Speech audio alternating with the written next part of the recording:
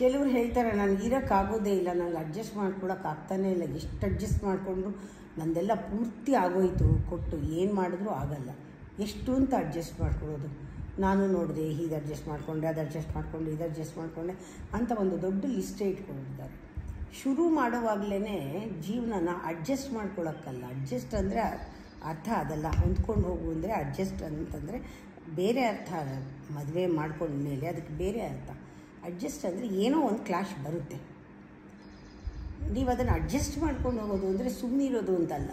ಈ ಕ್ಲಾಶ್ ಬಂದಿದ್ದಕ್ಕೆ ಇಬ್ಬರೂ ಕೂತ್ಕೊಂಡು ಏನು ಕಾರಣ ಇರ್ಬೋದು ನನ್ನ ಕಡೆಯಿಂದ, ಅವ್ರ ಹಾಗೆ ನಾನು ಅಡ್ಜಸ್ಟ್ ಮಾಡಿಕೊಂಡೇ ಇಲ್ಲ. ಅಡ್ಜಸ್ಟ್ಮೆಂಟ್ ಈಸ್ ನಾನು ಆ ಸಿಚುಯೇಷನ್ಗೆ ಎಷ್ಟು ಮಟ್ಟಕ್ಕೆ ಕಾರಣ ಇದ್ದೀನಿ.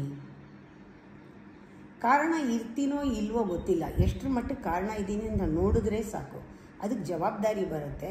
ಆ ಸಿಚುಯೇಷನ್ನಿಂದ ನಾವು ಅವ್ರನ್ನ ಹೊರಗಡೆ ತರೋಕ್ಕಾಗತ್ತೆ. ನಾನೇ ಕಾರಣ ಆಗಬೇಕಾಗಿಲ್ಲ, ಆ್ಯಕ್ಚುಲಿ ನಾನು ಕಾರಣ ಅಲ್ಲ. ಅವ್ರ ವೀಕ್ನೆಸ್ಸಿಂದನೋ ಏನೋ ಆಗಿದೆ, ನಮ್ಮ ವೀಕ್ನೆಸ್ಸಿಂದನೋ ಏನೋ ಆಗುತ್ತೆ. ಅವ್ರು ಒಳಗೊಳಗೆ ಮಾಡ್ತಾರೆ, ನಾವು ಜೋರಾಗಿ ಮಾಡ್ತೀವಿ, ಸರಿ. ಅವ್ರು ಮೆತ್ತಗೆಲ್ಲೋ ಬೈತಾರೆ, ನಾವು ಜೋರಾಗಿ ಬೈತೀವಿ, ಇಷ್ಟು ವ್ಯತ್ಯಾಸ ಇರ್ಬೋದು. ಅವರು ಏನಾದ್ರು ಮಾಡಿರ್ತಾರೆ, ನಾವು ಏನಾದ್ರು ಮಾಡಿರ್ತೀವಿ. ನಾವು ಅವು ನಮ್ಮ ನೋಡಿಕೊಂಡಾಗ ನನ್ನಲ್ಲಿ ಏನೇನು ದೋಷಗಳಿದೆ ಎಲ್ಲನೂ ನೋಡ್ಕೊಳ್ಳೋಕ್ಕೆ ಇದೊಂದು ಕನ್ನಡಿ ಥರ ಒಂದು ಅವಕಾಶ ಸಿಕ್ಕಿದೆ. ಅವ್ರು ಇರಿಟೇಟ್ ಆದಾಗೆಲ್ಲ ನನಗೊಂದು ಕನ್ನಡಿ ಸಿಕ್ತು. ನಾನು ಯಾವ ಥರ ಇದನ್ನು ಸರಿಪಡಿಸ್ಬೋದು. Adjustment is not adjusting to that situation, accepting that situation, making that situation is a situation, not a problem. Now you have to go through that situation, learn through that situation, give him space or her to learn. ಈ ಥರದ್ದು ಒಂದು ಮೆಚುರಿಟಿನಲ್ಲಿ ಹೋದರೆ adjust ಮಾಡ್ಕೊಂಡಿರೋದು ಒಂದು prison ಆಗುತ್ತೆ. Adjust ಮಾಡ್ಕೊಂಡು ಎಷ್ಟು ದಿನ ಅಡ್ಜಸ್ಟ್ ಮಾಡ್ಕೊಳ್ತೀರ, ಕತ್ತಿಗೆ ಬರುತ್ತೆ ಓಡಿ ಬರ್ತೀರಾ. ಅಡ್ಜಸ್ಟ್ ಮಾಡ್ಕೊಳ್ಳೋದಲ್ಲ ಅದು ನಾವು ವಿ ಶುಡ್ ಬಿ ಒಂದೊಂದು ಸತಿ ನಮ್ಮಲ್ಲಿ ಅವ್ರನ್ನ ಕರಗಿಸ್ಕೋಬೇಕು. ಏನೇ ಆದರೂ ಪರವಾಗಿಲ್ಲ, ಆ ಡಿಫೆನ್ಸೇ ಇದೆ, ಪೂರ್ತಿ ಕರಗಿಸ್ಕೋಬೇಕು. ಅದಕ್ಕೆ ಪ್ರೀತಿ ಬೇಕು.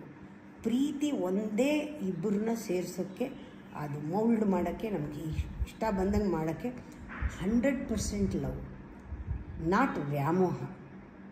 100% commitment is 100% love, 100% responsibility is 100% love.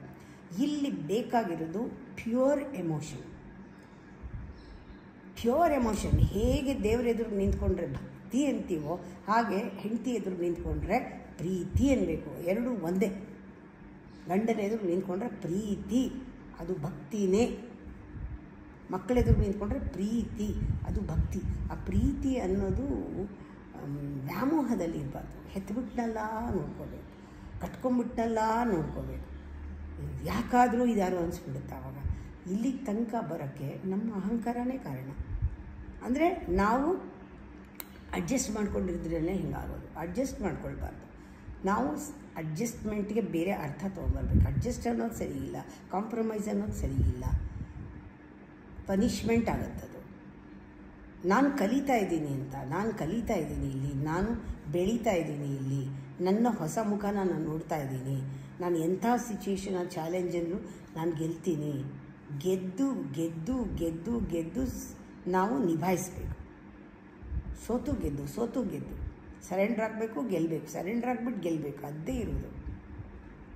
ನಾನು ಅದಕ್ಕೆ ಯಾವಾಗಲೂ ಅಂದ್ಕೊಳ್ತೀನಿ, ಅವಳು ತಾಯಿ ಪಾರ್ವತಿ ಶಿವನಿಗೆ ಪೂರ್ತಿ ಸೋತು ಗೆದ್ಲು, ಅವನನ್ನು ಗೆದ್ಲು.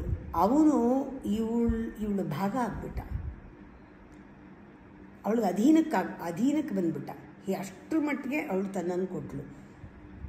ಅವನ ದೇಹನ ಅರ್ಧ ದೇಹ ಮಾಡಿಕೊಂಡ್ಳು, ಆಮೇಲೆ ಪೂರ್ತಿನೂ ಅವನನ್ನು ಆವರಿಸ್ಕೊಂಡ್ಬಿಟ್ಳು.